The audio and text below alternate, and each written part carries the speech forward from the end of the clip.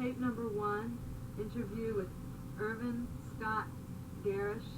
We're in Ocracoke, North Carolina, and today's date is July 21st, 1988, and my name is Amy Glass.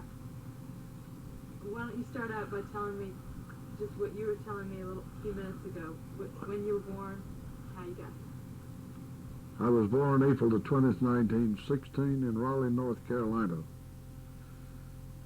My mother was a tourist on Ocracoke. My father was a native of Ocracoke. They got married. My mother and father moved to Galveston, Texas. My father's job taking him to Galveston, Texas. My mother died there. My grandmother took me when I was 3 years old and raised me on Ocracoke Island. In the summertime, I would visit my parents in Raleigh, North Carolina. My grandparents. I said parents, I meant my grandparents. When I finished school on Ocracoke, it was the most logical place for me to go was Raleigh, as I had relatives in Raleigh. I went to work in my uncle's filling station, 1933. From that job, I went to driving a flour truck for Ballard's Obelisk Flour. And after 5 years, deciding I was having a hard time feeding myself during the Depression, I joined the Coast Guard. Joined the Coast Guard in 1938.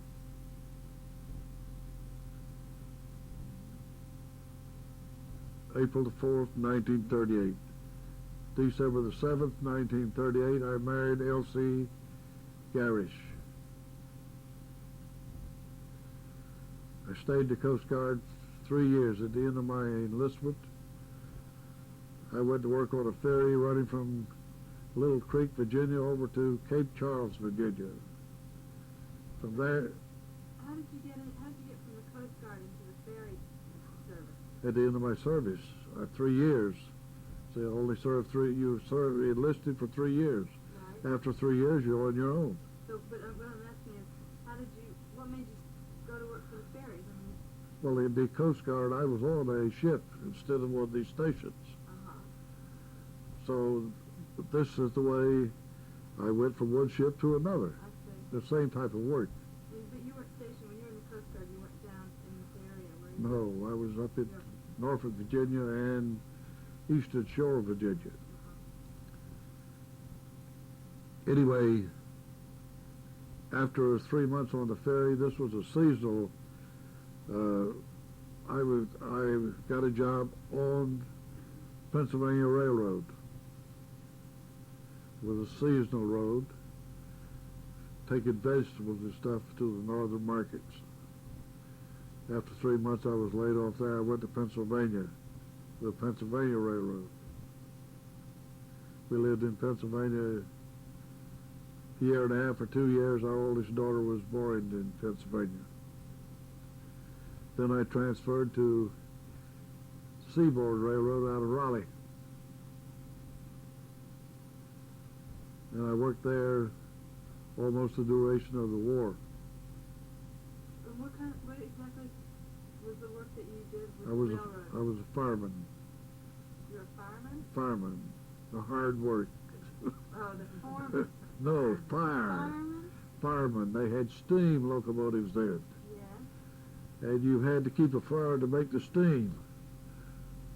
Shoveling coal. That sounds like hot, hard work. You know what you're talking about, sis. Anyway, I developed back trouble, and the doctor advised me to leave this job. So I went to driving the bus for Seashore out of New Bern, North Carolina. For the Seashore? Seashore Transportation Company was the name of the bus company. Uh-huh. It's now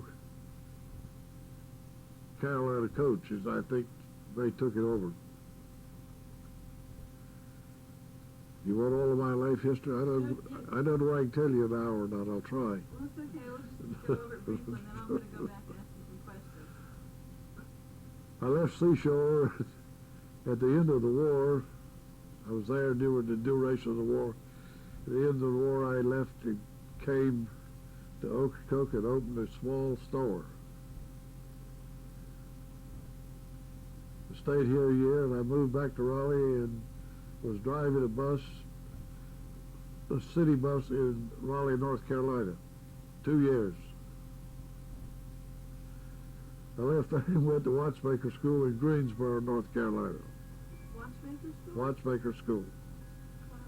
You had what? Back trouble. Oh. And I had something to sit down. Anyway, I came back to Ocracoke I came to Moorhead and worked there 2 years at a jewelry store. Uh-huh. Then I came to Ocracoke and opened up what is O'Neill's store out on the end of the dock. Stayed there about 3 years. Shrimping fell out. Shrimping was what I was making my living, and we had a bad year of shrimping. This caused me to go bankrupt, so I had to go back to work. And I What was the nature of the store? You said it was a general store. It was a general store? Yes. But you... And I bought fish and shrimp also. You largely were working with the shrimping. Right. Commercial shrimping. Right. I left that and went to work with the Army Corps of Engineers on Delaware River, and we moved to Wilmington, Delaware. While I was up there, I studied for my pilot's license. I obtained a pilot license of Delaware River. Another year, I studied for a master's license. I got my master's license. And after 7 years up there, I had a chance to come to Ocracoke and go captain of the Ocracoke Cedar Island Ferry. Stayed there 12 years. I retired on disability 12 years ago. 4 years ago, I had open heart surgery. Now I can do anything I want to. And so what do you do? Anything I want to. You drive a bus here? I drive my van. What gave you the idea to do the van? How did that first start? Well, when I was on the ferry, I had a PA system. Uh-huh. And on leaving Ocracoke, I would give people a little bit of history of Ocracoke and what they could expect on the crossing. And before I arrived at Cedar Island, I would do the same thing, tell them we were approaching Cedar Island. And I enjoyed doing it. After I retired, the man that owned the trolley, Ocracoke trolley, he got me to drive that for him for a couple of years. That's a tape. Is that the trolley outside the trolley shop? That's right. Shop? That's right. And he sold it to another person. He drove it himself, so he didn't need me. Uh-huh. And I just decided that I would like to do one narrated, not tape. So I started this 2 years ago. Hasn't been too successful, but I enjoy doing it. That's my life history in 15 minutes. That was pretty good. Okay, well, I want to back up and ask you a few questions, if that's okay.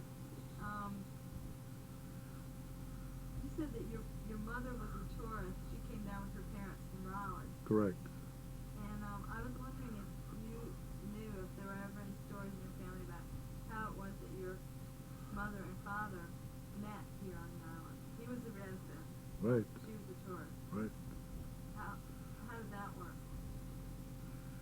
At that time, and even now, well, not as much now as it was then, but when Elsa himself grew up, you'd see somebody you didn't know, it wasn't hard to meet them. Everybody, if there was a stranger on the island, you knew they were here. That's all. Somebody say, well, that's that Scott girl. Okay. I guess what I'm also asking is, do tourists and residents mingle Oh, yes. in the social Oh, sure. settings like the dance halls and the square dancing Yes, halls? indeed. These dancers, halls that Elsie was telling you about, yes, they came. The tourists came, and they had as big a time as the natives, and the natives would dance with the tourists. That's the way. It was very friendly. I mean, everybody was. Okay, and then growing up here in this house, this is where your grandmother raised you. Right. And your father, will you tell me again what he... Well, my father, he was the captain of a passenger excursion boat that ran on Delaware River. My mother died, I think, around August, and very shortly after he married Mrs. Gaskell. And I don't know where he didn't want me to go live with him, or where my grandmother didn't want me to go live with him. I don't know. But I was my grandmother's. This is where I stayed. And your grandmother raised you. Right. All of it. She was the king, or the queen. She's what she said I had to do. My father didn't. He didn't oppose her. In other words, see, she was his mother. Did you have cousins or other little children your age to play with here? Oh yes, I had a cousin. We were almost like brothers. That was my father's sister's son. He was a year older than I am, that was all. He's still living too. What kinds of things, what kinds of games and things did you play as kids? Well, we had croquet sets. We would play croquet. We would play horses. Real horses? Yes, we didn't have the real horses, but we would make stick horses or something. Make believe we were a horse, get on it and run, what have you. Then we'd get in a fight every now and then. Huh? Yeah, we would shoot marbles. Well, whatever all the boys did, we did it. Did you play baseball too? We didn't play baseball. We called it cat. That was a form of baseball. We used a softball, softer than a baseball, and in order to get the runner out, you had to hit him with the ball between bases. He would run between bases, and you hit him with the ball. This would get him out. Do you recall taking trips off the island as a child? Oh yes. See, as I told you, I went to Raleigh practically every summer to see my other grandparents. And how would you get there? Well, at that time we had a mail boat that ran from Ocracoke to Morehead City. What kind of a boat was it? It was a boat about 45 feet long. It had a cabin on it for the passengers to sit in, or awning on top, and a cabin for the engine. There was two of those boats. One left Ocracoke in the morning, one left Morehead City in the morning. They met halfway. And it took just about all day. You left you around 6 o'clock in the morning. And you got in Beaufort, North Carolina, 3:30, 4 o'clock in the afternoon. You got on an old coal-burning train, and you rode that train from Beaufort to Raleigh, North Carolina. And the reason she was so afraid of this train, have you ever seen the train bridge? Railroad bridge, you ever seen one? Well, there's nothing on either side. That's correct. Just All is there is just enough to support the rails. You don't see anything out here or out here. And this is what she saw that she'd never seen before. Of course, I had neither then, but after working on a railroad, I've seen many of them. But you would get in Raleigh sometime around 12 o'clock at night after leaving here, 6 o'clock in the morning. Did you, yeah, that took a good long time. Was it, did you mind traveling back and forth? Did you like coming back? Oh, no, well, I enjoyed traveling. I still do. I still enjoy traveling. Sometime I hated to come back. If I'd had a good season or a good trip, I hated to come back, and likewise I hated to leave sometime. One trip, one summer I went, I was 9 years old. I remember this one. My grandmother, my mother's mother, had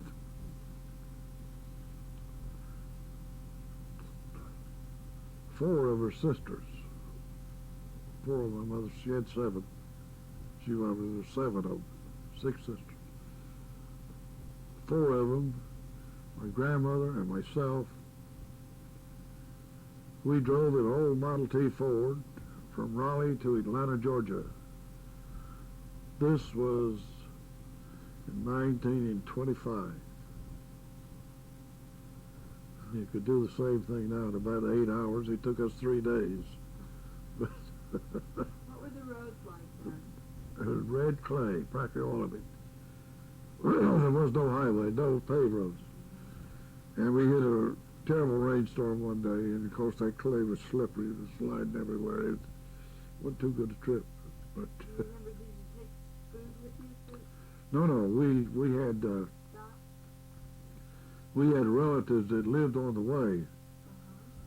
Other than the first night out. The first night out we stayed at Waxhaw, North Carolina. That's up beyond Charlotte, up close to the PD River. And the next night we made it to Elberton, Georgia. We had relatives live there. And then the next day we made it to Atlanta. See, we had an aunt that still lived in Atlanta, Georgia. We were going to visit her. We stayed there 2 or 3 weeks, I think, something like that. It was a big trip back then. Oh, it was. Was there much travel to the north? Did you travel much up Hatteras Way and up to Mansfield? No, we didn't, not then. It was almost impossible to get out of here that way. There was no transportation, really, until, I guess, about 1938 or 39, up this way, other than the Coast Guard station. The Coast Guard had, well, when I went to Norfolk to go in the Coast Guard, I left here with the captain of this Coast Guard station in a truck, and we went to Hatteras Inlet, and there was a station at Hatteras Inlet at that time. Dave put us across to Hatteras in one of their boats, and one of these stations, I guess it might have been Durand, one of the stations on the beach, came down and picked us up, ran us halfway up, maybe around Avon or somewhere up in there, dropped us, so they took us further on up. This is the way we got to Oregon Inlet and across. Well, he was from Manio, somewhere up there. When he got there, he picked up a car. Toby Tillett. No, it was... Toby Tillett's one had the ferry. He was a Tillett, though. What was his name else? It wasn't not the Oregon Inlet Ferry? Is that what you're talking about? Toby Tillett ran the Oregon Inlet Ferry, but this was a Coast Guard man. Oh. And he was camping this station here. He was a Tillett. Yes, yeah. His father. Anyway, when he got up there, he had relatives, or he had a place he could get a car, and he got the car, and we went to Norfolk. This is the way I got the Coast Guard, away from Ocracoke, an all-day trip. You can do it now in 4 hours, no problem.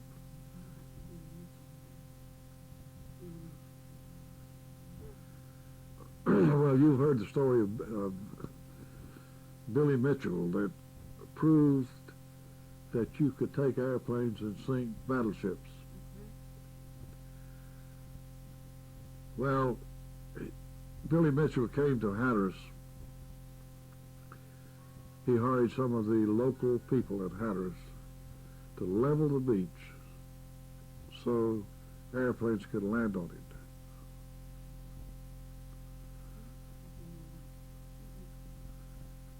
These planes came to Hatteras. As you go out, if you look on the right-hand side, you'll see a historic marker that's there. Right. Anyway, the movie, if you've seen the movie says these planes left from Hampton, Virginia. It's wrong. These planes left from Hatteras, North Carolina.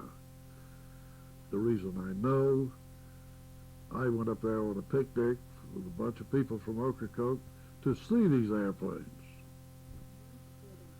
And we didn't see the bombing because it was so far offshore, but we did hear the bombs dropping, the explosions.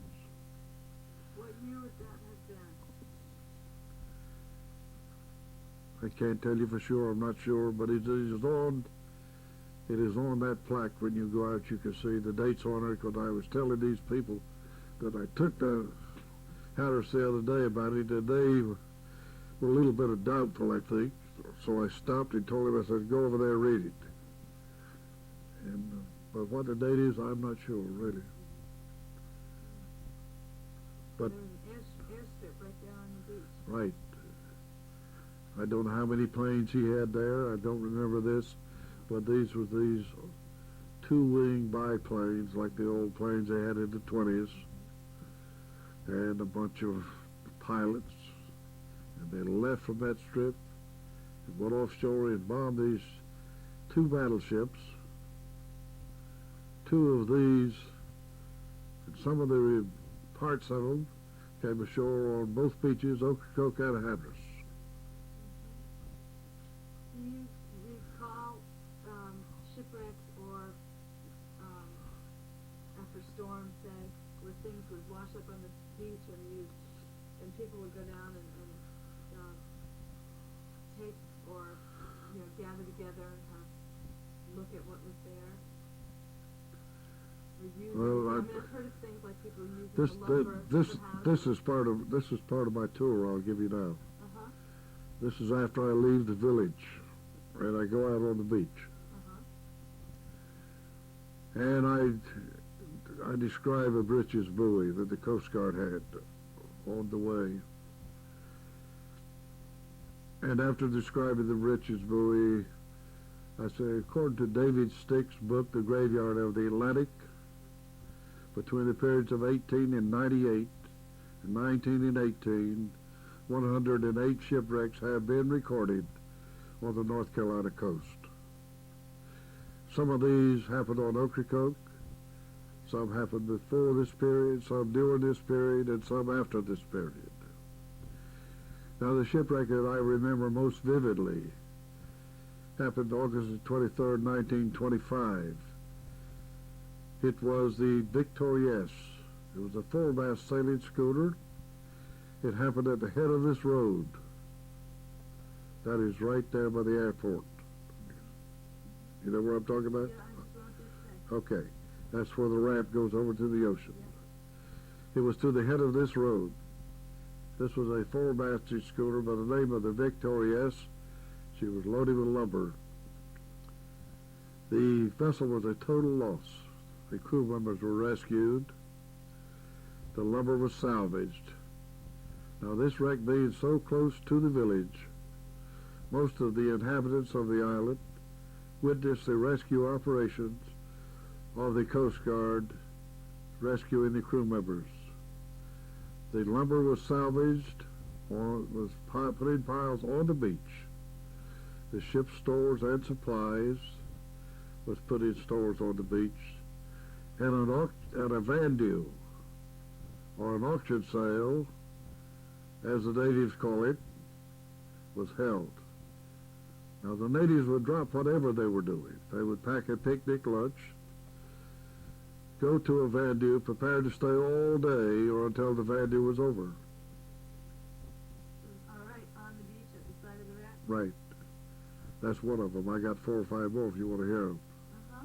Well, can you tell me, did you ever get anything from the bandits? Do you have anything like in your house that came off the ship? No, I don't. Dishes? Uh-huh.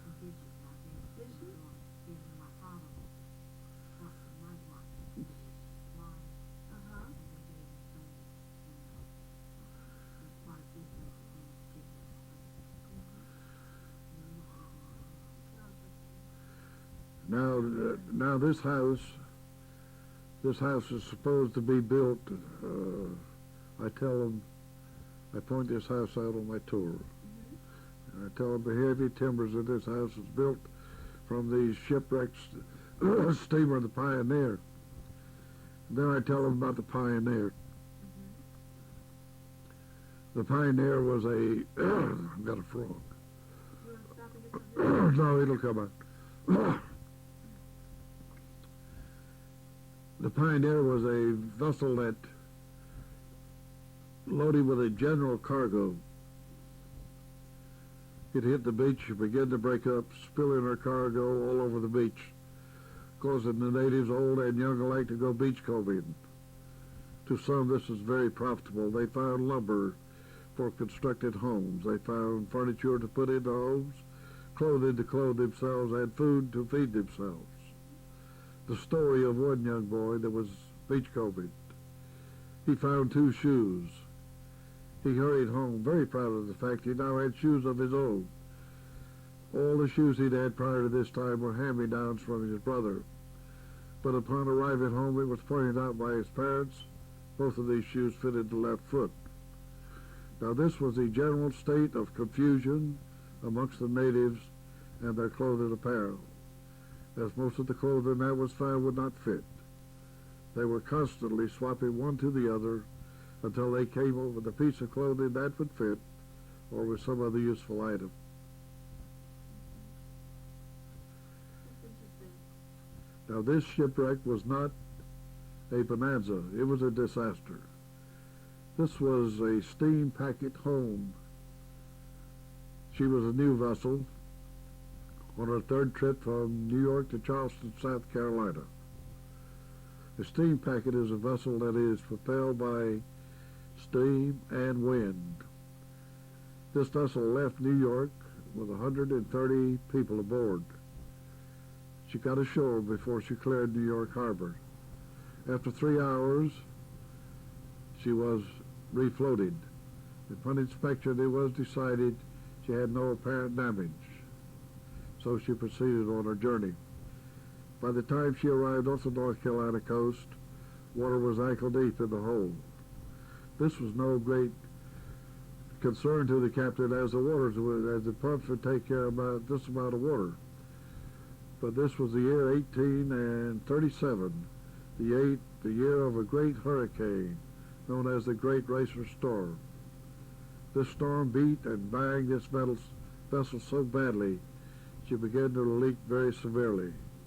So severely, in fact, the water put out the fire in the fire room, leaving the vessel without any power with the exception of one sail.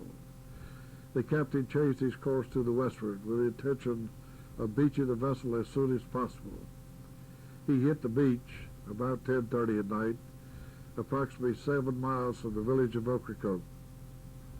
Part of the passengers and crew launched a lifeboat. It capsized immediately due to the high seas and high wind. The rest crowded on the forepart of the vessel, this being the closest point to the shore, approximately 100 yards away. This too began to break up, spilling its occupants in the water. Of the 130 people that left New York on this vessel, 90 of them drowned. This vessel left New York with 130 people with only 3 lifeboats and 2 life jackets. This wreck caused the Coast Guard to pass the law that no vessel would sail after this without a life jacket for every person aboard. You got more tape? I've got a little bit more on this one. I've got some more in the top. Oh, well, I've got a question for you. All I'm right. working in the ferry. all right, go ahead. I just want to know about any incidences that you had during the time that you piloted the ferry, where you felt like you were in danger, or that there was a storm coming up, or